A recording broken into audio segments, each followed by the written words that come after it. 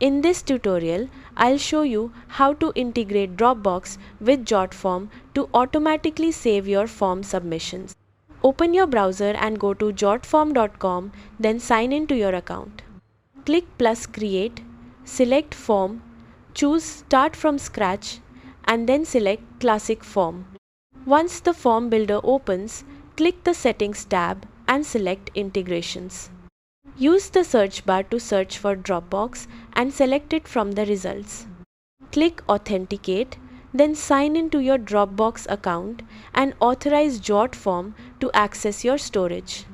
After the connection is complete, choose the Dropbox folder where you want your form submissions to be saved. If you want each submission stored separately, enable Create a subfolder for each submission. You can also enable the option to send a submission PDF to Dropbox and choose the PDF document you want to save with each form submission. Click Save to finish the integration.